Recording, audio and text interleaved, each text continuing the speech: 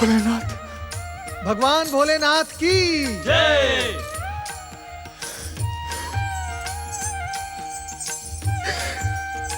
ये मैंने क्या कर दिया? मैं अपने आराध्य को पहचान न सका। अपने आराध्य पर प्रहार करके मैंने घोर पाप किया है। हे आशुतोष, मैं आपका अपराधी हूं। धिक्कार है मुझे, धिक्कार है। उठो वत्स, दुखी न हो वत्स।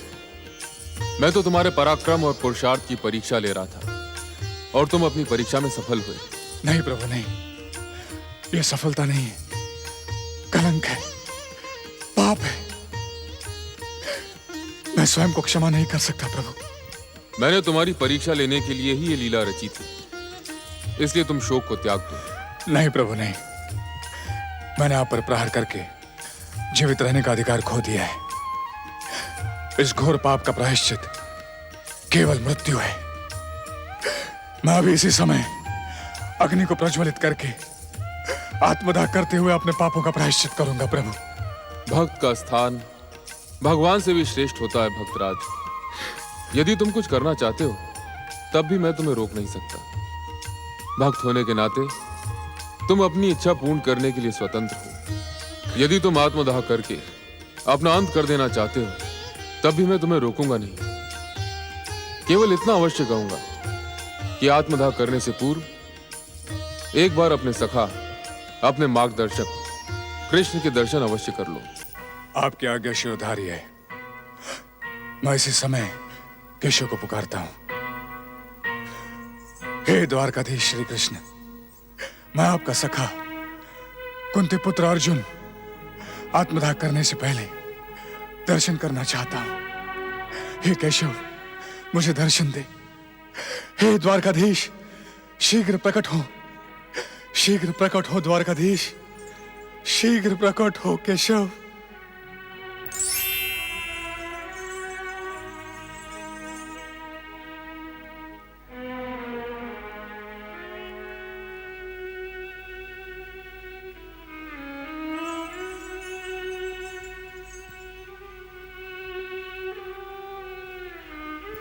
पार्थ, किन विचारों में खोए हो?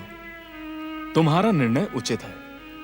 आराध्य पर प्रहार करके तुम्हें जीवित रहने का कोई अधिकार नहीं। पार्थ, वीरों के समान इस चिता में प्रवेश करके अपने पापों का प्रायश्चित करो।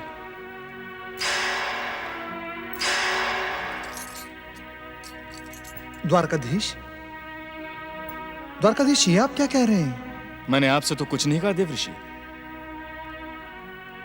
मेरे और मेरे मित्र की बातचीत में आपको हस्तक्षेप करने और अपना सुझाव देने का कोई अधिकार नहीं। कृपा करके मुझे अपने मित्र का मार्गदर्शन करने दीजिए। चिता की ओर प्रस्थान करो पार्थ।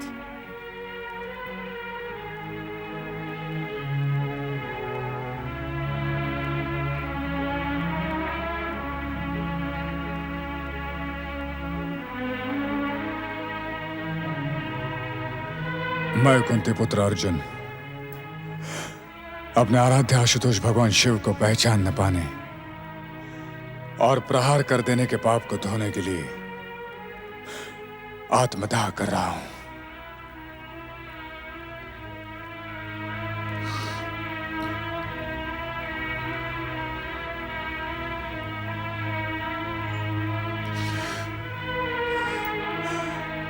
अग्नि प्रकट हो।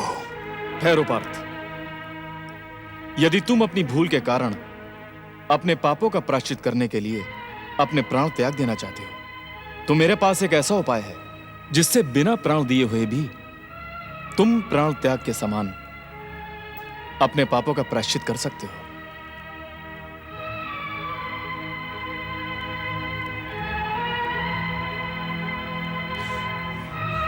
ये आप क्या कह रहे हैं केशव? मृत्यु का कोई दूसरा रूप नहीं हो सकता?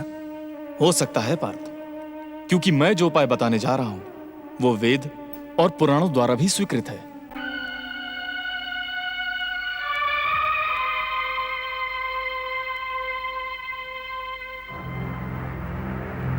पार्थ, किंतु पहले तुम्हें मुझे यह विश्वास दिलाना होगा कि तुम मेरे बताए हुए उपाय का पालन करोगे। बिना सुने मैं कैसे विश्वास दिला सकता हूं केशव?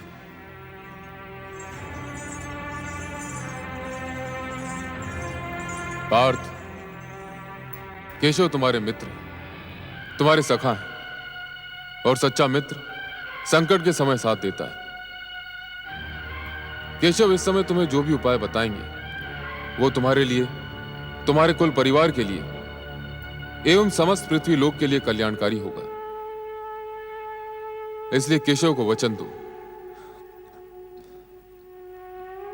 मैं आपको वचन देता हूं केशव, आप जो उपाय बताएंगे वो मुझे स्वीकार है। हे गांडीवधारी अर्जुन, अब आत्महत्या के स्थान पर तुम आत्म प्रशंसा करो। आत्म प्रशंसा? यह आप क्या कह रहे हैं केशव? नारायण नारायण, आप धन्य है द्वारकाधीश, आप धन्य हैं, और धन्य है आपकी चतुराई। कुंती पुत्र अर्जुन, द्वारकाधीश का कथन नीति सम्मत और सर्वार्थ उचित है। अपने ही मुंह से की गई अपनी ही प्रशंसा अभिमान को प्रकट करने और स्वयं की ही मृत्यु के समान है। अपने मुंह से अपनी प्रशंसा करके तुम इस पाप के कलंक को धोते हुए प्रायश्चित कर सकते हो। अब सोच विचार ना करो मित्र, इसी चिता पर खड़े रहकर अपनी आत्म प्रशंसा करके अपने पापों का प्रायश्चित करो।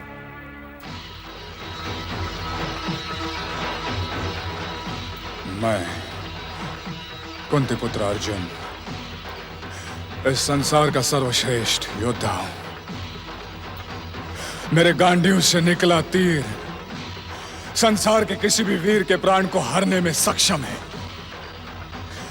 अब तक न तो मेरे समान धनुर्धर जन्मा है और न ही भविष्य में जन्मेगा। मैं सर्वश्रेष्ठ हूं, अजय हूं। संसार में मेरी किसी से समानता नहीं हो सकती। मैं चाहूं तो अपने एक ही प्रहार से सातों समुद्रों को सोख डालूं, चाहूं तो आकाश में छेद कर दूं, पर्वतों का सीना चीर दूं। मैं सर्वश्रेष्ठ हूं,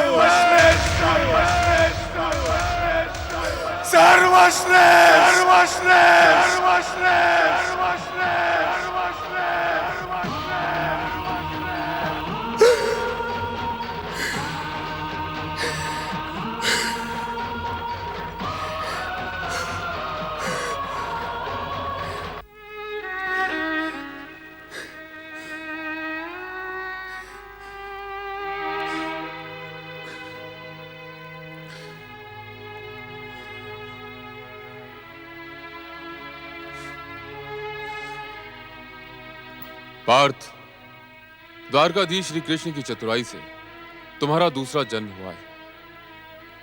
तुमने स्वयं ही की आत्म प्रशंसा करके मृत्यु को वरण किया है और लज्जित होकर नए जीवन को पाने का अधिकार पाया है। इस नए जीवन के लिए अपने मित्र को धन्यवाद दो पार्थ। धन्यवाद देने के अनेक अवसर आएंगे पार्थ, फिर कभी दे देना। इस समय आशुतोष भगवान शिव तुम्हारी भक्ति भावना से प्रसन्न है, तुम पर कृपा करने के इच्छुक हैं। पहले इनकी कृपा प्राप्त करो।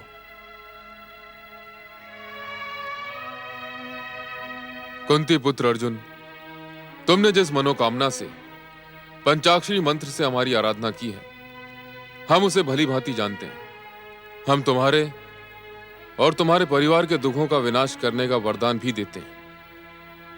हम तुम्हारी वीरता से भी प्रभावित हुए हैं, इसी कारण हम तुम्हें अपना पाशुपत अस्त्र प्रदान करते हैं।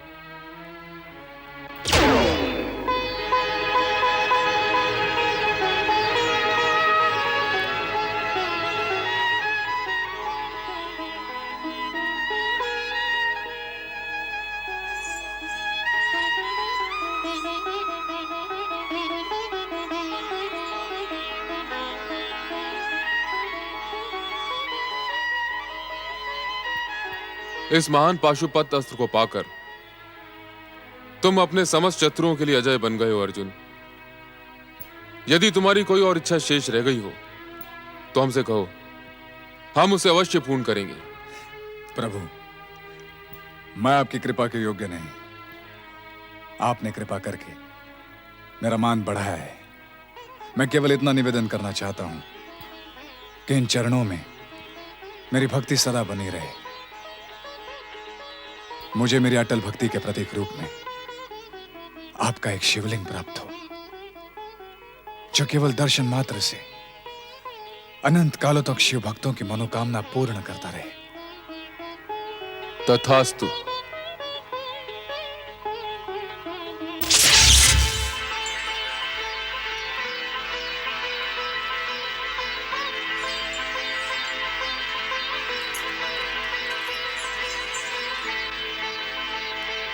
ये लो वत्स,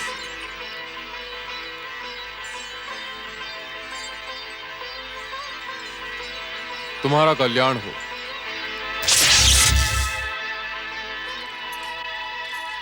कुंती पुत्र अर्जुन, भगवान भोलेनाथ द्वारा प्रदान किए गए इस अद्भुत शिवलिंग को उसी स्थान पर स्थापित करो जहां भगवान शिव प्रकट हुए थे। आए अर्जुन। पशुपति भगवान शिव की, त्रिकालदर्शी भगवान भोलेनाथ की, आशुतोष भगवान शिव की।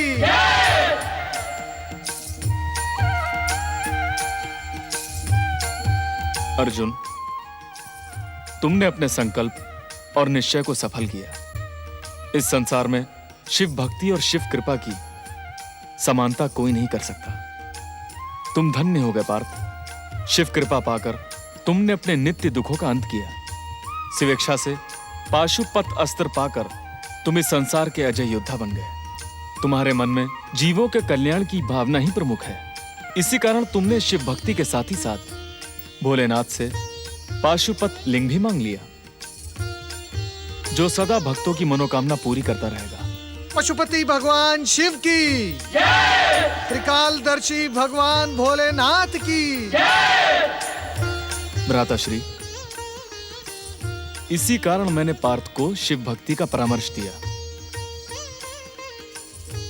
जानते हो पार्थ, इस सारे संसार में नभ, जल, थल में, हर एक पल में, दसों दिशाओं में और घोर निशा में भी मेरे आराध्य शिव शंकर ही तो समाये हैं। इसलिए सब कोई सच्चे मन से बोलो, ओम नमः शिवाय।